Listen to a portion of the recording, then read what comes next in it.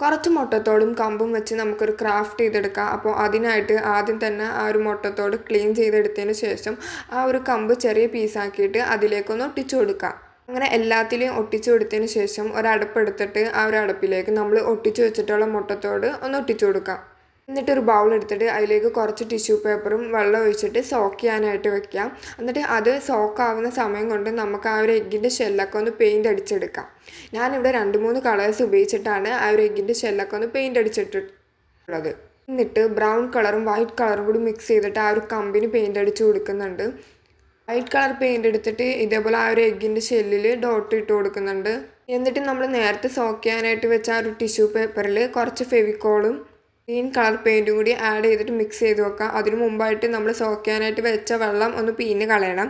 എന്നിട്ട് ആ ഒരു അടപ്പിലേക്ക് ഗ്ലൂ തേച്ചിട്ട് അതിലേക്കൊന്ന് ഒട്ടിച്ച് കൊടുക്കുക. ഒരു മഷ്റൂം ഗാർഡനാണ് ഉണ്ടാക്കിയെടുത്തിട്ടുള്ളത്.